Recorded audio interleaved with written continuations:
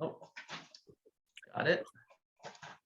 So just a roadmap for today. We'll start with a brief recap of water year 2022, since we haven't met since water year 2022 ended.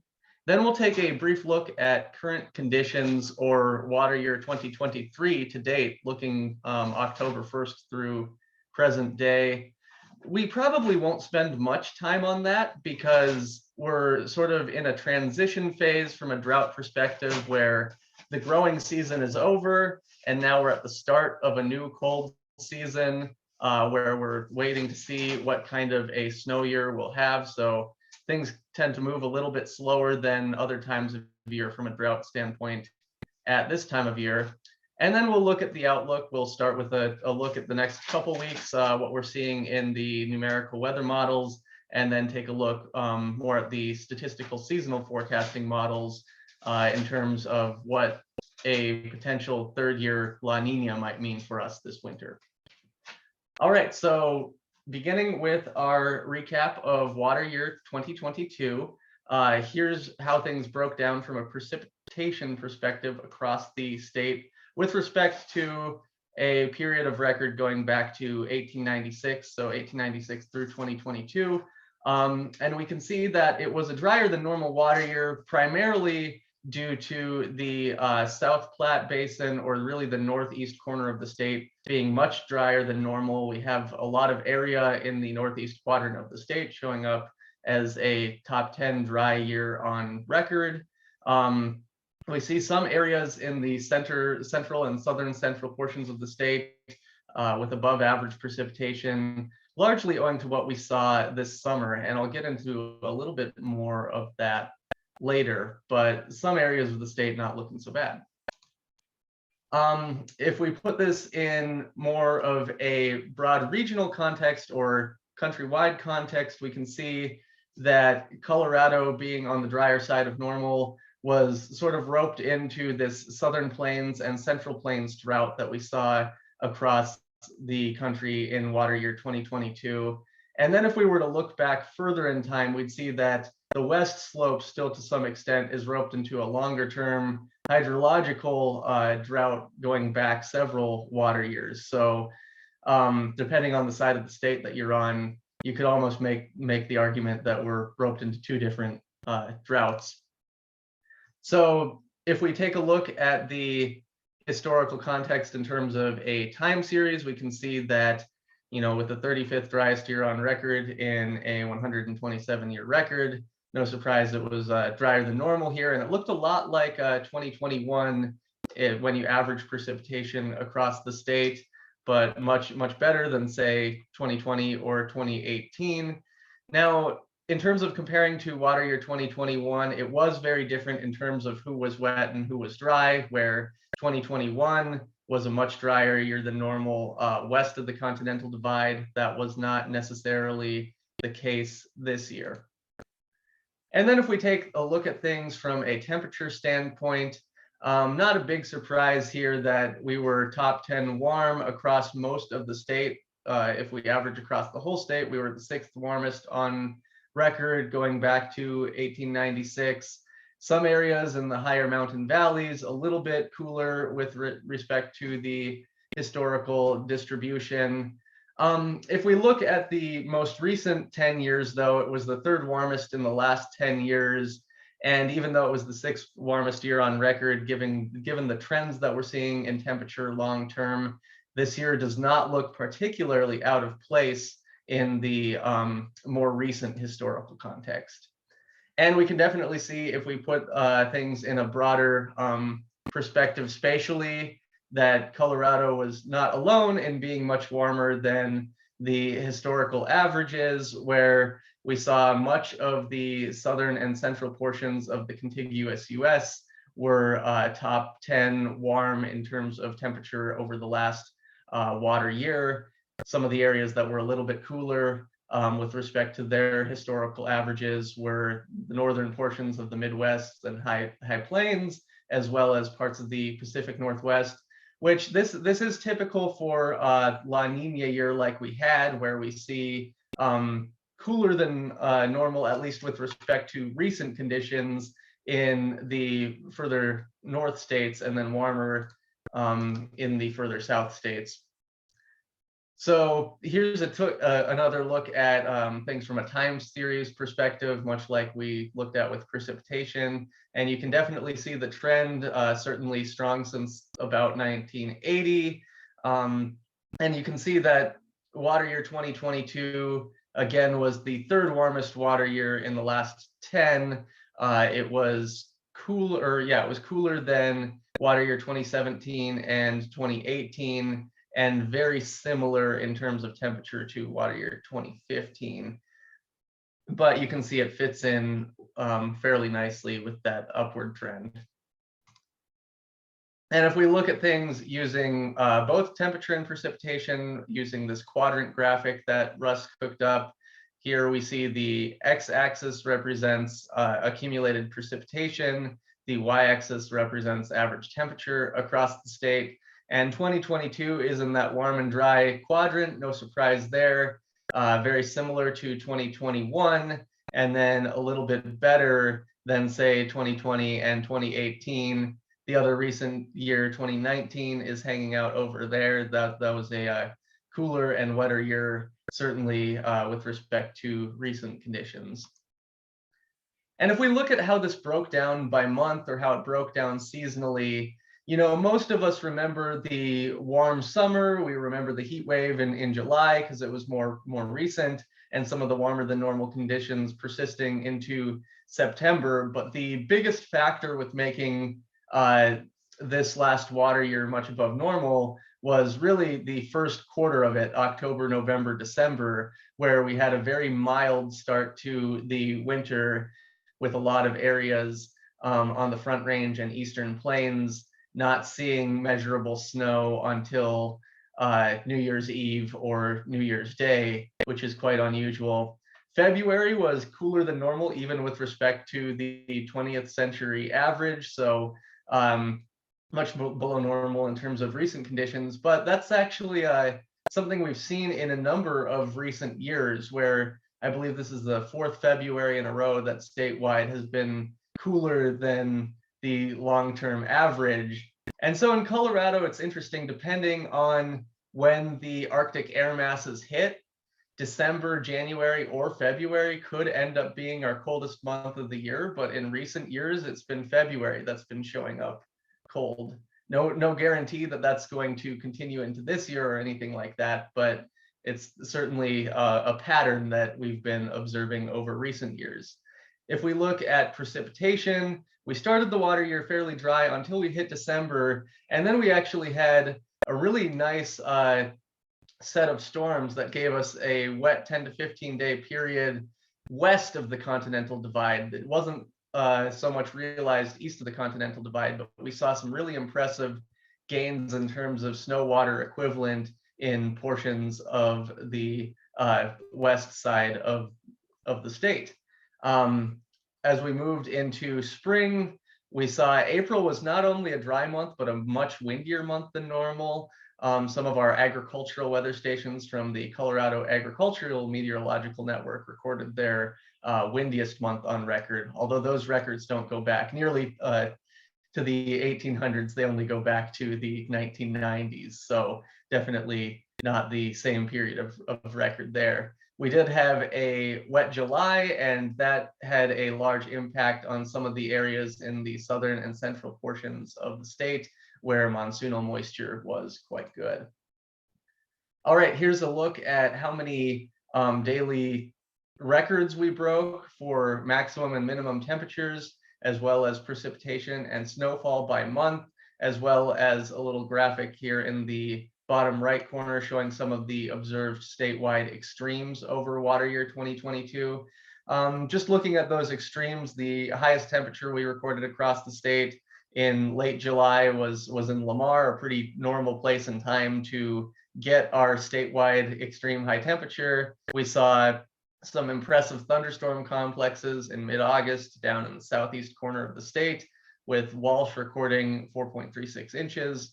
Our highest 24-hour snowfall came from a Kokorosk station northwest of Rockwood at 27.5 inches. I mentioned the onslaught of snow that we had in December last year, and it did come during that time period. And if SNOTEL stations that we have were measuring snowfall and not just changes in snow water equivalent, it's likely that we would have saw some even higher totals from some of those high elevation SNOTEL stations during that time period. And then another normal time and place for our cold extreme Antero Reservoir in early February. You can see we broke far more warm records than cold records, a little bit more than 2-to-1, but we still do certainly break cold records. So that can and does happen. And then we saw a number of precipitation and snowfall records as well, but probably not as many as a normal year, with it being a drier than normal year. Okay, so here's a look at some of our significant events throughout water year 2022. I mentioned the really warm start to the water year probably had the biggest influence on us being much above normal in terms of temperature, the October through December time period. And I mentioned some of the late snows that we had. December 15th, so this was during the time frame that was really snowy west of the Continental Divide. East of the Continental Divide, we got the winds. And this event in particular, I think, was devastating from an agricultural perspective, because we had a number of winter wheat stands that were blown away because conditions were dry during planting season, and they were ripped up by this wind in some areas, not everywhere, but in some areas. And then, of course, the Marshall Fire was one of our most memorable and devastating events from last water year as well, with the big fire in the wildland urban interface around Boulder on December 30th, just before things got cold as the winds shifted on New Year's Eve. Then February again was cool. April was windy. Some of the things that I went through on previous slides. We had some rapid meltout in portions of the state, with the San Juan Basin melting 16 inches of snowpack between April 1st and May 18th. It was early in the year for things to melt that rapidly, but then things did turn cold again as we had some impressive snow totals on May 21st, including at some surprisingly low elevations for that time of year. We did have some issues with flash flooding, particularly on burn scars. One on Cameron Peak burn scar was unfortunately responsible for 2 fatalities. And then another heavy rain event that wreaked havoc on I-70 on August 7th. And then we saw a heat wave in the first half of September. And we've seen that in a couple recent water years as well. So that's definitely a pattern that we've noticed in recent years. All right, so that's going to do it for the wrap up of the water year. We do have additional slides and information on the water year if anyone is interested and would like to get in touch.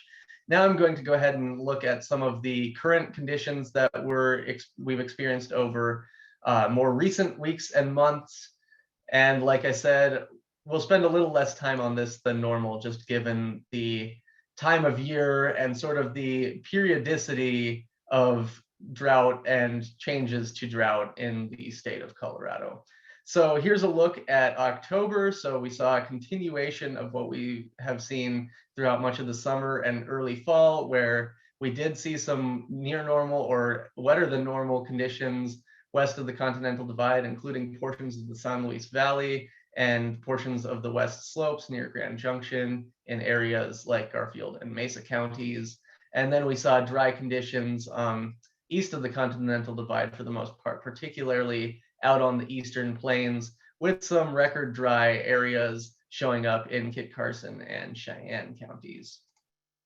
And then if we look at things in terms of temperature, we saw much of the state was near normal, but then again, this is with respect to the 20th century average. So if we looked at just the last 30-year normals, I should be careful using that word normal, because if we look at 91 to 2020 normals, this is actually below normal, near the long-term historical average, but below normal through most of the state for October 2022, with more above historical average conditions out on the eastern plains.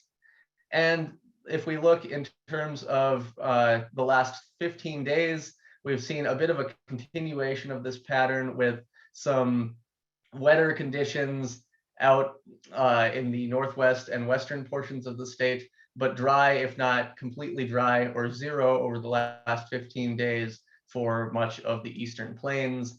And then a continuation as well of cooler conditions west of the Continental Divide, and even now cooler conditions spilling over into the eastern half of the state, which is expected to continue for a while.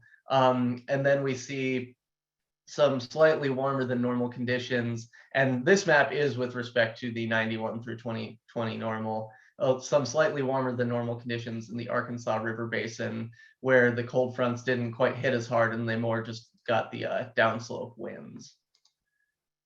All right, if we take a look at standardized precipitation indices on several timescales, this is looking at how precipitation ranks with respect to normal, where the categories or the color map is designed to match the US Drought Monitor's drought classification categories. So red or dark red or kind of maroon colors are, reflective of precipitation levels that are D3, D4 level, and so on and so forth, D2, D1, D0.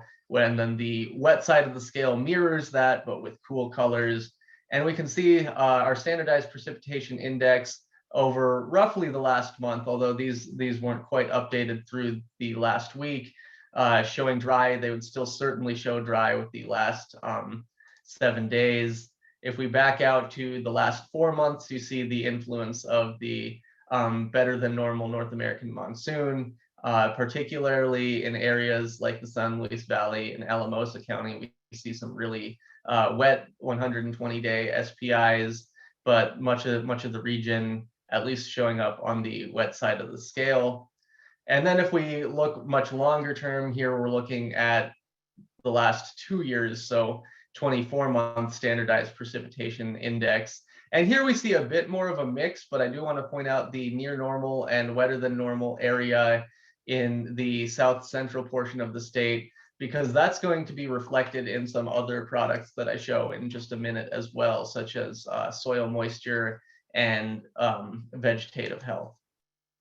All right, let's take a look at how that's impacted the drought situation. I know NRCS will be on in a bit to talk more about the start to the snowpack season and stream flow and reservoir storage, but we'll take a look at the US Drought Monitor and some land surface metrics to kind of motivate what they'll talk about in more detail in just a few minutes here. This is a current look at the US Drought Monitor. The next drought map will be released in 2 days on Thursday, the 17th. But we see still abnormally dry and moderate drought remaining across much of the west slopes. And that's longer term hydrologic drought, where conditions more recently have been on the wetter side of normal. But the drought monitor perhaps staying a bit conservative and holding on to some form of drought designation until we wait and see how the snowpack builds and what we might be looking at this spring. Whereas we're seeing much more severe drought shown in the eastern portion of Colorado, with a large area of D2 or severe drought across much of the eastern plains, and then even as we get towards the northeast corner of the state, some D3 and D4 level drought. Here's how things have changed over the last 4 weeks. You'll notice a lot of area that's grayed out, which means no change. A lot of area that's in white in the south and central portions of the state, which means that there wasn't drought 4 weeks ago and there's not drought now. And then you see a lot of area either in this kind of lighter yellow or the lighter green. And what those areas represent is the green is a 1-class improvement, the yellow is a 1-class degradation. So you see most of the area on this map has either not changed or just changed 1 category. And that's largely for the reasons I was talking about earlier, that in some sense, this is kind of like our off season, if there is one, for drought in the state. That doesn't mean drought stops. It means that changes to drought just move more slowly as we transition from wrapping up another growing season to waiting to see how the next cold season performs. Now, there are some areas where precipitation has been particularly bad, such as the southeast portion of the state in Baca, Bent, Prowers counties, where you've seen as much as a 2-class degradation, and even a little bit of that in northern Larimer County. And finally, this is how our drought picture fits in with the country overall. And there's certainly no shortage of drought across the contiguous US right now. We still see longer term drought reflected across much of the western portion of the country, which I was saying the west slopes, you could maybe lump into that. And then you see the southern and central plains drought, which has really developed and intensified this growing season, and the eastern plains of Colorado are wrapped up in that. And then if we look at some surface metrics, here's a graphic showing top meter soil moisture as of a week ago. And we see, again, the eastern plains, no surprise here, much below normal soil moisture, in some areas even record low, but then some areas where we're wetter than normal across the west slopes, with some of the recent moisture that we've gotten, as well as cooler conditions, allowing that moisture to soak in. And these are some of the best soil moisture conditions that we've seen in a number of years, certainly over the last 5 or so years, in terms of what we like to say is antecedent soil conditions going into the snowpack season. So that should help at least marginally with making runoff a little bit more efficient than what we've seen in recent years when snowpack melts. But it's certainly not the only variable that matters in terms of realizing an efficient runoff. What happens in the spring after peak snowpack is critical as well. And then if we look at vegetative health from the Quick Drought Response Index, or QuickDry, this product is a blend that uses satellite retrievals that are measuring how well vegetation is absorbing near infrared light with respect to normal. If it's green and healthy, it's going to absorb that near infrared light more effectively. If not, then it won't.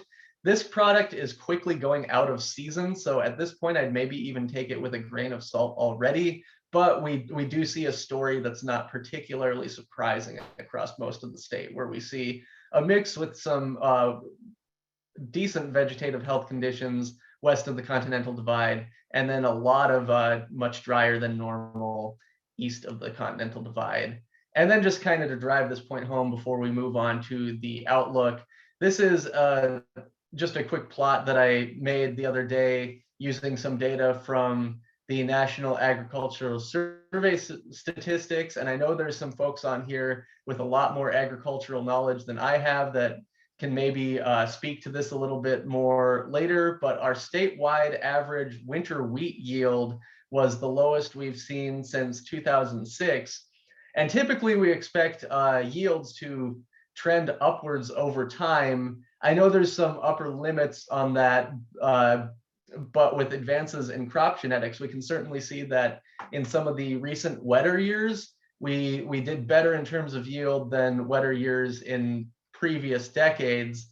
So we expect overall that these yields would go up over time, but if it's counteracted by really rough weather conditions, you don't necessarily see that, like in years such as 2020 and 2022, where we saw low soil moisture across most of the growing season and had a number of weather events that could have potentially damaged overall yields. All right, so that's going to do it for current conditions. Now I'll go ahead and speak to what may be coming down the pipe in terms of shorter and longer term. We'll start with what atmospheric models are showing for the next 7 days and 8 to 14 days. We'll talk a little bit about La Nina and what that means for us with the coming season, and then we'll use that to contextualize the Climate Prediction Center's outlooks for the coming season.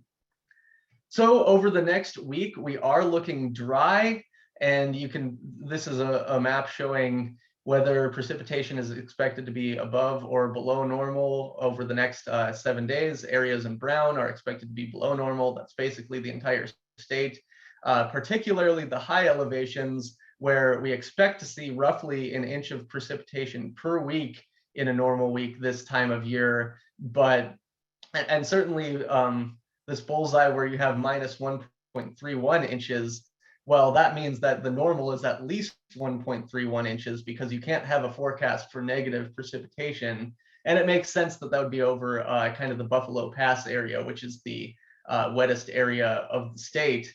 But it looks like not a lot of moisture coming in for the state, particularly the high country falling behind.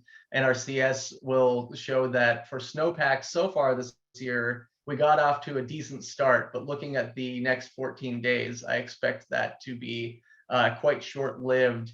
It's not the kind of classic dry pattern where you have a high pressure ridge come up from the southwest portion of the country and keep us warm and dry. In fact, it looks like weather will be somewhat unsettled over the next week, with a couple shots for very small snow totals, but the atmosphere just won't be holding a lot of moisture as those fronts come through. So we're looking at more of a cool and dry setup. And if we look at the 8 to 14 day time frame, that is expected to continue with a slight increased tilt in probability towards below normal precipitation across the state, and a little bit more bold tilt towards below normal temperatures across the state, particularly the eastern plains. It makes sense to me that the Climate Center Prediction Center is showing this tilt is stronger for the further east you go, because it looks like we'll have some influence of an Arctic high pressure system coming down off of the Canadian Shield, which will certainly affect the north central portion of the country, but will reach down into our area, particularly the eastern plains. The west slopes are a bit more shielded from those types of weather patterns, but it still looks like there's an increased tilt towards below normal temperatures. And then if we look at longer term, you know, once we go past 14 days, our weather prediction models tend to sort of descend into chaos as the atmosphere gets tougher and tougher to predict with numerical models beyond about 10 to 14 days. But we can say some things in terms of how the deck may be stacked in terms of weather patterns that we'll see throughout the coming seasons, based on what is happening with more slow-moving sea surface temperature patterns. When you have a La Nina setup versus El Nino, that impacts where thunderstorms are likely to occur over the tropics, which has semi-predictable ripple effects all throughout the globe.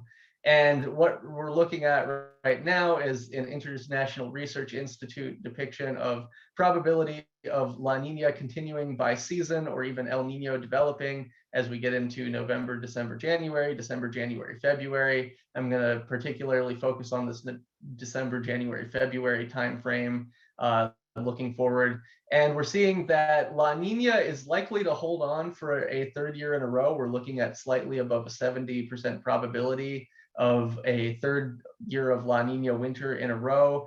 You can see as we get into the spring, the odds of conditions reverting to more neutral conditions increases, but we don't see El Nino on the horizon for the coming season. That's basically for sure until we get into at least the spring, if not the summer. So what does La Nina mean for the winter? Well, this is kind of the classic graphic showing what it means across the contiguous US, as well as other parts of North America, reaching up into Canada and Alaska. And for us in, you know, the West US, La Nina tends to lead to high pressure forming off the coast of California, bumping the jet stream up, the polar jet stream up to the north. That tends to lead to wetter conditions in the Pacific Northwest and drier conditions in the Southwest, extending into parts of Colorado, but not the whole state, as we tend to be kind of in the neutral zone in between. But if we look at things at a little finer resolution and apply them to our state, we can discern a little more information than that.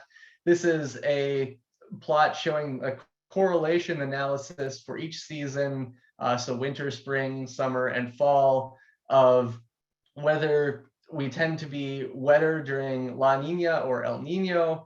Areas in red are wetter on average during El Nino. Areas in blue are wetter on average during La Nina. So the one time of year where La Nina tends to benefit us is actually the winter in the Northern Rockies. In fact, extending, not with the same magnitude, but extending into the northern portion of the San Juans and Sangre de Cristos.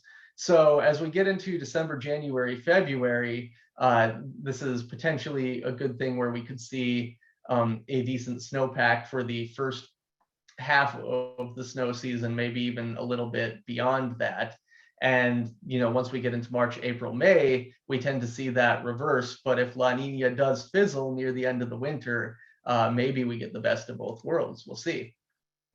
And then if we look at our risk of certain extremes during La Nina in winter, or December, January, February, there is actually a slight increased risk of a warm extreme in a couple of our basins, the West Slopes as well as the Arkansas Basin, but it's a slight tilt. And then a slight tilt towards an increased wet extreme in the South Platte Basin. As we get a number of storms during La Nina, we tend to get a number of storms that really dive down from the northwest or just the north, kind of the lee side of the Rocky Mountains, and those storms tend to bring a little bit of upslope moisture to the areas just immediately west of Fort Collins and Boulder. So perhaps an increased risk of a wet extreme there.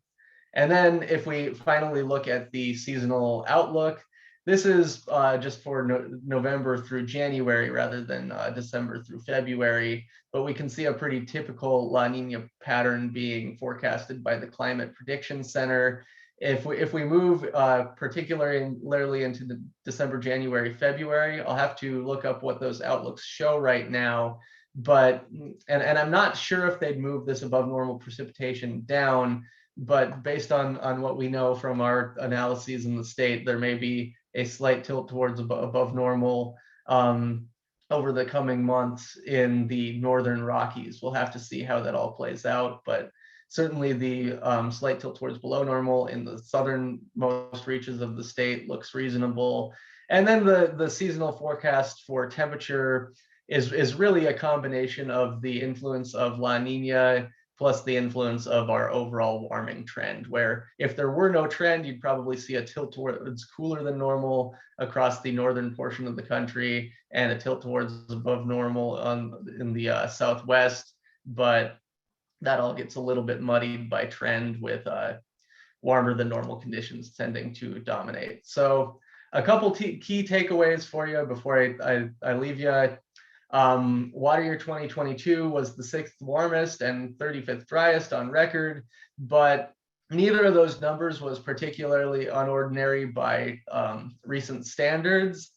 Long-term drought remains across much of the state. I talked about how on the west slopes we still have some long-term hydrologic deficits, and we'll definitely see that when NRCS takes a look at reservoir storage. And then eastern Colorado, it was a tough year, and so you have both some short and long-term drought impacts there from the drought that's developed over the southern and central plains. Let's see, that bullet looks like it's out of place. I wonder if this slide didn't quite get updated, because certainly the active monsoon is over. We are moving into into the cold season. So I'll go ahead and update that key takeaway. But La Nina, it brings its share of cold air outbreaks, and it brings its share of snow for the northern Rockies. So hopefully we'll see a decent snowpack build over the coming months in some of our more northern basins, and if we're lucky, extending into some of our more southern basins. So I'll go ahead and leave things there, but if there's any questions, comments, concerns, I can take those at this point.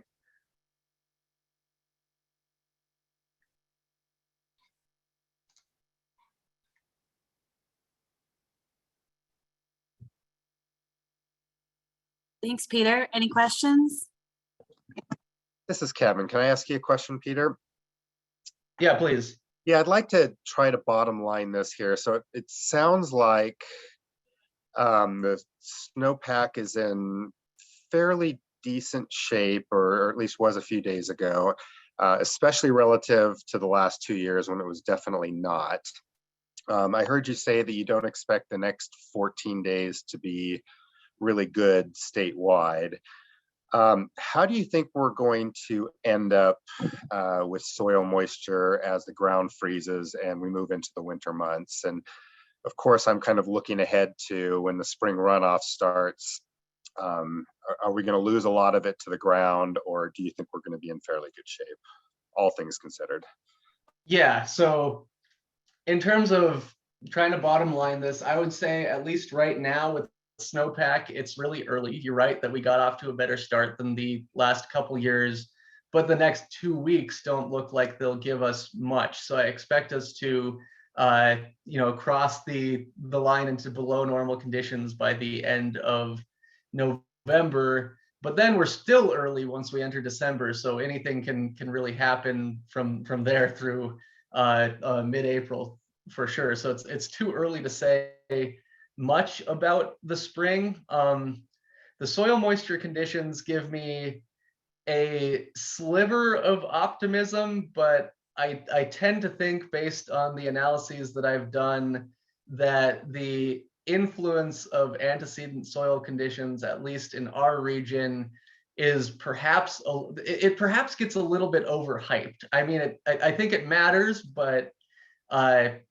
it doesn't matter as much as just building a robust snowpack, and I don't think it matters as much as what happens in the month or two after peak season snowpack either, where if we have a nice wet spring, that can make up for a little bit of lack of snowpack once we get there. So I don't think that gives you a lot to go off of other than it's just early. Fair enough. Thank you. Yeah.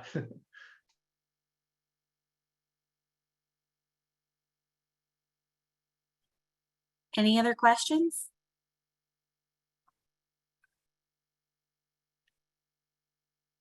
If not, thanks, Peter. And next up, we have Joel Atwood. He will be presenting for the NRCS update. So Joel, hopefully you're able to share your screen now.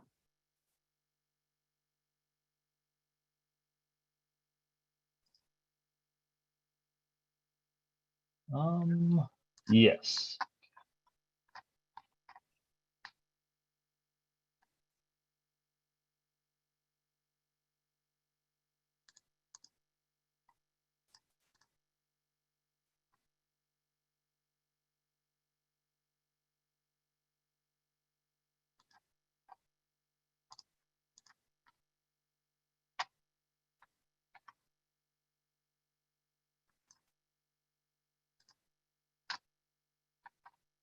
Do you see that? Yep, you look good to go. Perfect. So my name is Joel Atwood. I work for the Colorado Snow Survey and NRCS. I'll be giving the presentation today on the current conditions that we are seeing at our observation SNOTEL sites in the state of Colorado. This year, the snow, as was mentioned, with a few storms in the last month or so, we've actually had a pretty good start to the season. I have to caveat that a little bit, as we'll see later, that it's not as optimistic as the data might seem. Right now we're 118% statewide above median for this time of year. So that's good, but it's not equal everywhere. So this is a map of all of our SNOTEL stations as of yesterday. You can see that really the Continental Divide is and the Sangre Range is a big divider on who has good SWE and who doesn't. West Slope is right now above average, and then the eastern side of the state is below average. That's also reflected in the cumulative basin plots, where the major basins west of the divide are above average, and the major basins east of the divide are below average.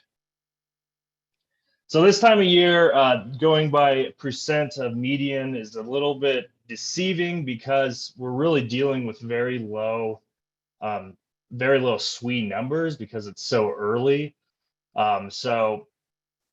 You'll see often early in the water year that you'll have like 150 or 200% of a median SWE, and you think that's really good, but what it doesn't actually turn out to be that much water equivalent above the median. So this is a histogram of the differences in medium of all of our SNOTEL sites. As you can see, really, we're about the maximum difference from median is about 2.5 inches of SWE, and we have several sites that are actually reporting below average SWE, and that's mostly east of the divide.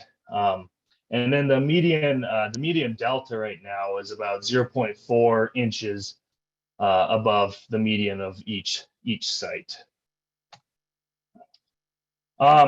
Another part of this story is where the SWE is, and so this plot shows elevation on the y-axis and percent of median SWE on the x-axis.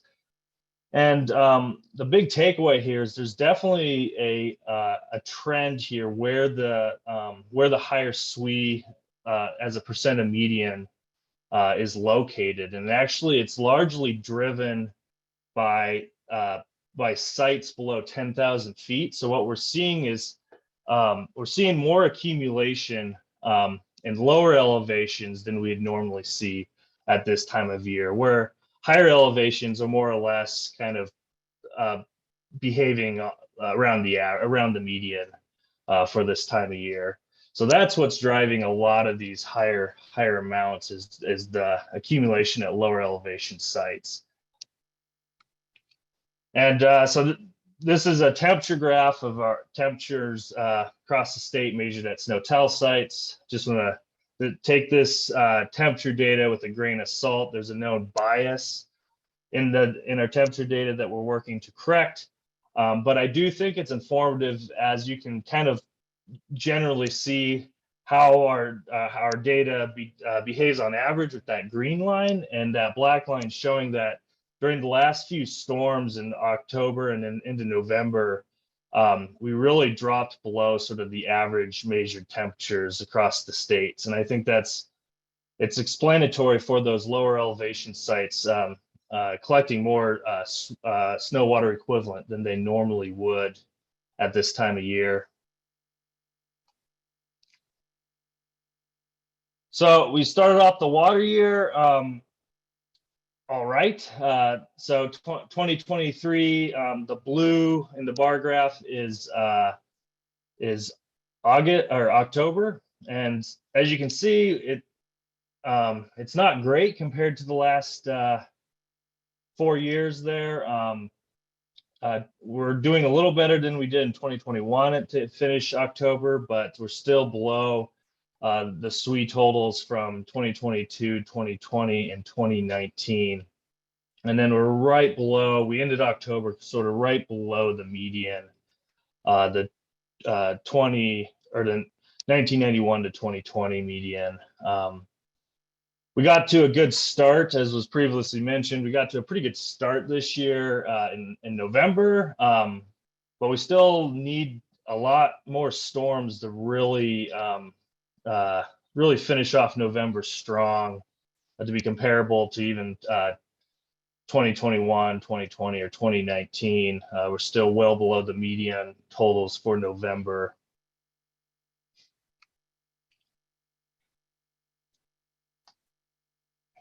So now we're going to transition into precipitation.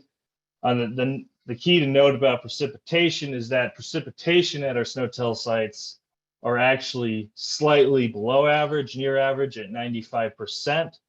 So that's why that SWE number is a little bit misleading. It's because it's really capturing that lower elevation snow that we're seeing at lower elevation sites that we normally would not, on average, on a median year, we normally wouldn't see this early. So the precip we're capturing at our SNOTEL sites is more or less average and slightly below average statewide.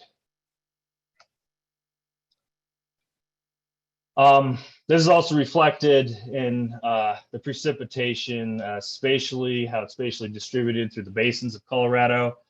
We ended October with southern Colorado, southwestern Colorado doing pretty well, right around average, and kind of this noticeable gradient to the northeast, where once you cross that divide, Continental Divide, you're really seeing pretty low numbers in the South Platte and then in the North Platte basins.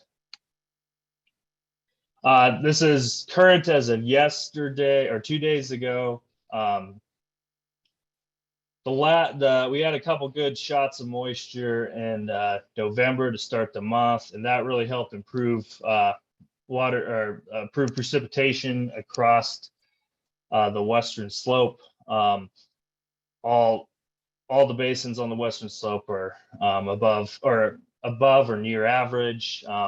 Even Arkansas is doing all right. It's the South Platte and the Laramie and the North Platte that just hasn't been getting much precipitation in the high country from these storms. The Rio Grande is doing pretty well. Precipitation wise, there's a faint green line that represents the median, and it's 118% of median right now, so that's doing pretty well. Compared to 2022 and 2021, 2022 it's doing a lot better than what it did in 2020, or sorry, in 2022. We're doing a lot better now than in 2022, and we're right on par with what we did in 2021 at this time of year, but there's a long season to go. Look at the South Platte compared to last year. At this time, we're way below what we did last year. We're more in line with what we did in 2021, so kind of a similar pattern there, and then well below median, that's 65%.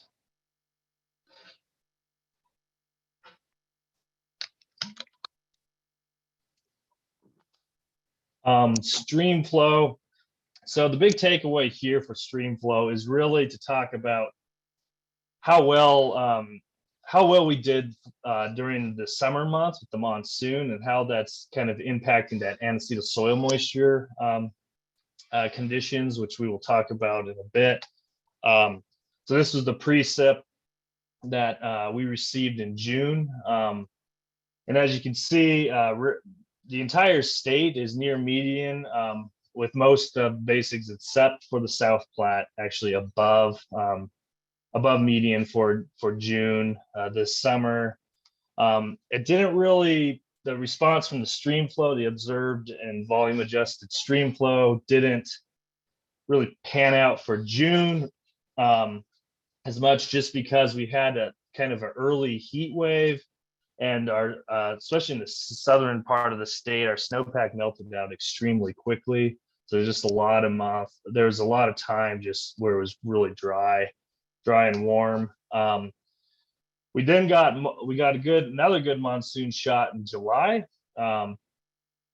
with all the state receiving above normal precipitation in the high country. As you can see, the stream flows volumes actually improved quite a bit compared to June, almost getting up to near normals in the southern parts of the state and the North Platte. Again, the monsoon just kept rocking, and we just kept getting precip, and it really helped those stream flow forecasts, where by the end of August in the southwest Colorado, we were getting above average stream flow. in parts of the state. So that monsoon really kind of saved us a bit last year. And then in September, the naturalized flows, the monsoon kind of tapered off a little bit, and that was reflected in the naturalized flows that we saw coming in the month of September. So this all relates to soil moisture in that good monsoon really helped bump up our soil moisture totals that we observed at SNOTEL sites. You can see sort of at the very left of that graph, we had, soil moisture was just climbing for a while before it's, but well above average through most of August. And what's interesting is there is a bit of a drop kind of below average. A lot of that is actually due to these cold fronts coming in. We're cold enough they froze our shallowest sensors, which are 2-inch sensors, which when the ground freezes, the soil moisture drops. So that's more of a related to the sensor. That drop there is more related to the sensors getting cold than necessarily the soil moisture tanking. But it's definitely doing better than last year. That orange line is statewide soil moisture for last year. So we're not, I wouldn't say it's we're fully recovered our NSCS soil moisture condition, but we're doing a lot better than we did last year. And sort of looking at the extremes, like Arkansas just had a night and day change. That red line at the bottom was last year's, what we measured last year for the soil moisture during the water year. As you can see, it's record low soil moisture content, and this year it's almost record high. So it's been a night and day change just due to that monsoon. South Platte, this lack of precipitation in October and to begin November has really kind of tampered down a lot of the soil moisture. Some of that downturn is due to frozen 2-inch sensors, but it's definitely we could use more precip in the South Platte. So just a caveat, soil moisture data is still new, so data is provisional. Due to significant monsoon soil moisture, outlook has improved. There's still deficits in some basins and more moisture is still needed. So yeah, we're definitely not out of the woods. The monsoon helped, but we just need continued moisture to really make up those gains from having several years of low soil moisture conditions. This is also reflected in our reservoir storage. We really saw no change in reservoir for last month. Last month, the statewide, it was 76% of a median. Now we're sitting at 77% of median. We still have pretty low storage west of the Continental Divide. Rio Grande is doing all right, and east of the Continental Divide is hanging in there, staying around median. But we still could use some more precipitation to fill some of those reservoirs. The statewide deviation time series graph just shows the difference through time from median throughout the state. So we really haven't changed much. We're still below median across the state in reservoir storage, and really low compared to what there was a time in 2019 we got about this low, but we're kind of hanging around that low minus 1,000 acre feet level, which is unfortunate. Just look at some more basins. Colorado Headwaters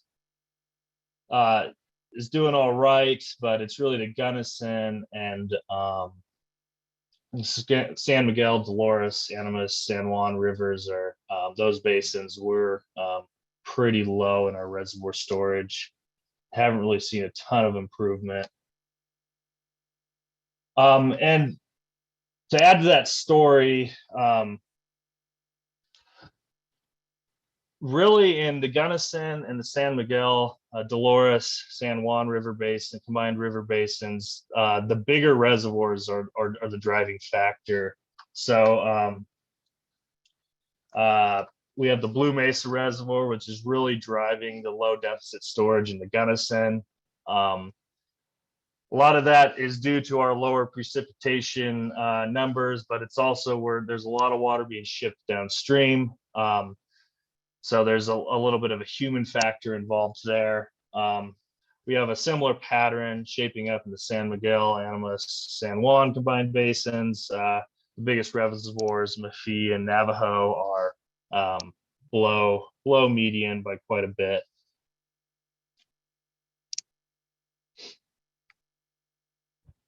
Upper Rio Grande is kind of a mixed bag. This is a radar plot kind of showing where the purple is the medians that you would expect this time of year at these reservoirs, and the kind of teal blue is the current conditions. As you can see, the Sanchez is very much below. It's very much below 50% of median, which is pretty bad. But then the Rio Grande Reservoir is almost double what it's normally at this time of year. So there's it's definitely a mixed bag in the Upper Rio Grande for reservoir storage. This graph just kind of shows what's going on the eastern slope. We got the Arkansas and the South Platte displayed. The South Platte is the red and the Arkansas is the blue. The South Platte is kind of ping-ponging around the median there, and the Arkansas, with its recent precipitation, seems to be improving a bit. Where the South Platte is over last month has fallen a bit, likely due to that precipitation deficit.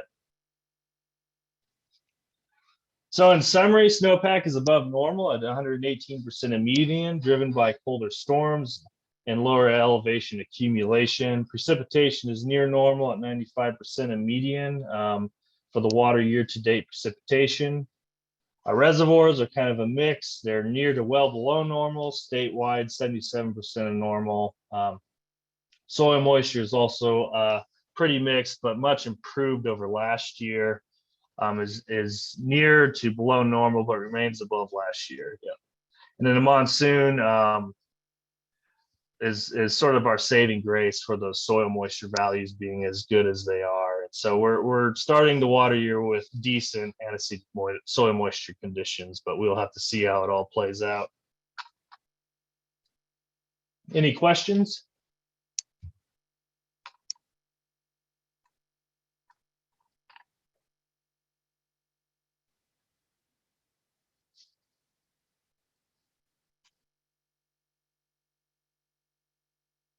All right, well, thanks, Joel. It doesn't sound like there are questions, but of course, feel free to come off mute and ask if you have some burning question that you need to know about. Okay, well, if not, I guess we can move on to our next agenda item, which is water provider updates and task force updates. And I will open it up. I see several water providers on the call today. If you wouldn't mind just coming off mute and giving us an update on the conditions in your service area and what you're seeing, that would be fantastic.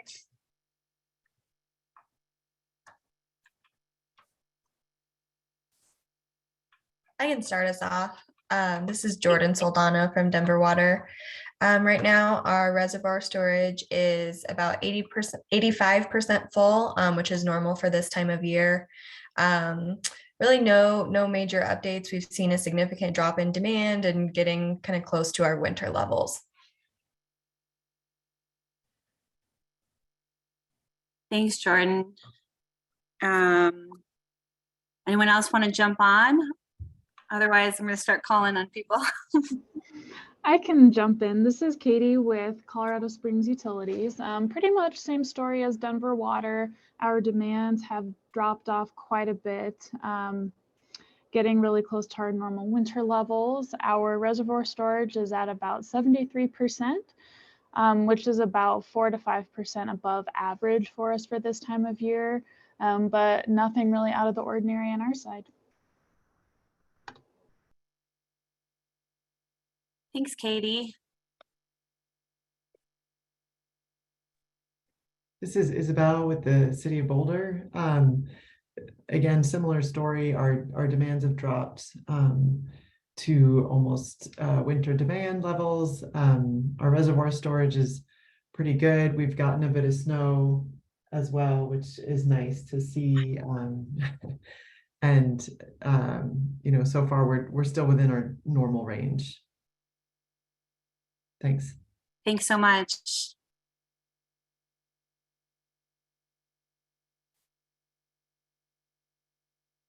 Let's see, I see Swithin, Zach, Chris, anybody want to jump on?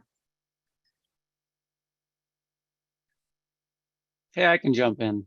Chris Wolf, Eagle River Water and Sanitation District up in Vail. Snowmaking is in full swing, so Vail Resorts is doing a good job of building that false reservoir for the Eagle River for us. We do see demands are kind of lower than normal, but production's up. Indoor use is starting to sneak up since the snowpack is here. It's nice and cold, which is great, keeping things kind of stuck in place. River flows are pretty good, all things considered. And monitoring SWE, for the most part, we're above average. Fremont's a little shaky right now, but hoping for a little more coming through in these next couple days. So that's where we're hanging out in the high mountains.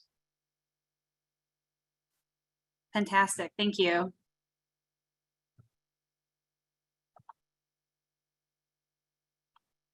All right, anyone else want to jump on? I see a few other providers here, but I won't make anyone speak if they don't want to, but we'd love to hear your updates.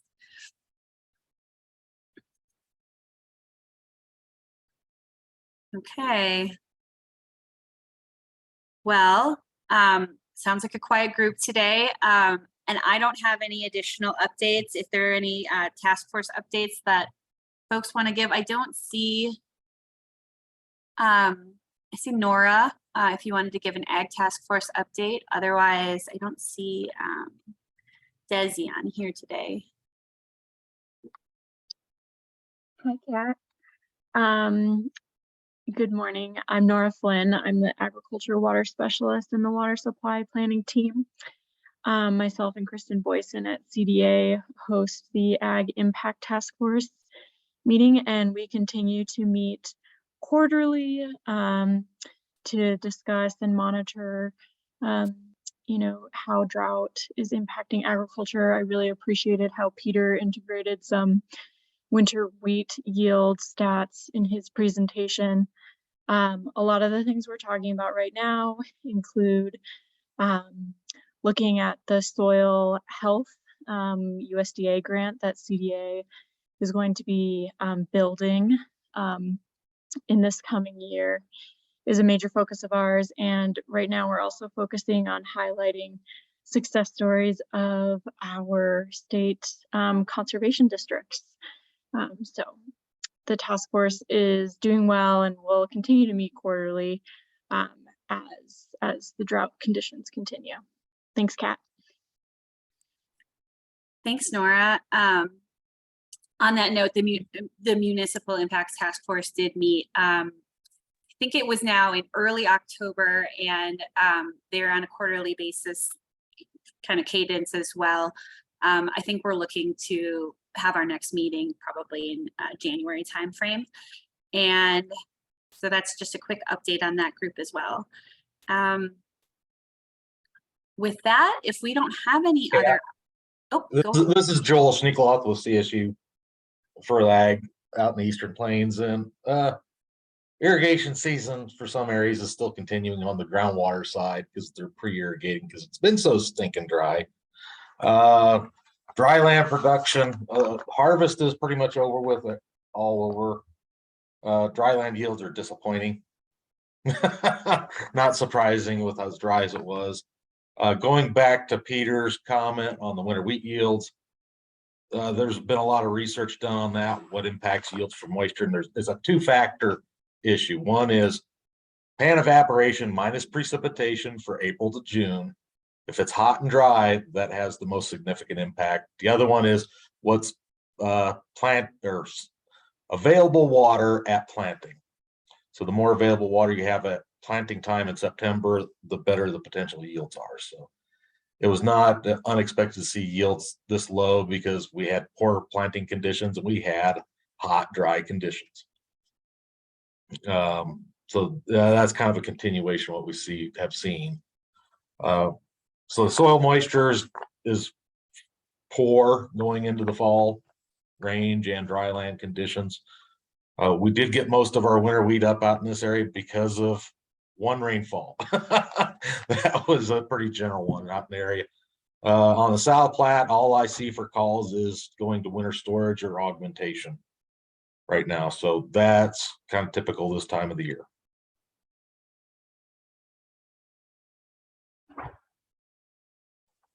Thanks for that update, Joel.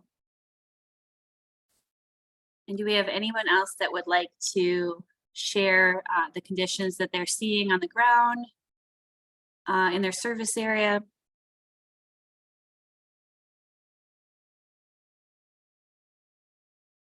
Okay, well, I could go real quick. Thanks, Rob. Yeah, sure thing. So I'm with Colorado Parks and Wildlife. And we had turned off all of our fishing closures as of in September, but a couple of them have come back on. We've got in the Yampa Basin, a couple of them are around steamboat related to whitefish spawning. So maybe that one isn't quite so surprising, but maybe the more interesting one is that our chronic, most of our closures are voluntary, but our chronic mandatory full day closure for 0.6 miles downstream of Stagecoach Reservoir is back on right now. So definitely still seeing some impacts to fish pretty late in the calendar year this year. That's all I got. Thanks. Thanks, Rob. And I don't know if anyone else saw, but John Orr just put in the chat that Thornton's at 94% storage and above average, and their demands are down. No watering restrictions on the horizon. And obviously, if you all are planning for watering restrictions, feel free to share that. That's just good information to know. Obviously, Thornton is not. Any other updates?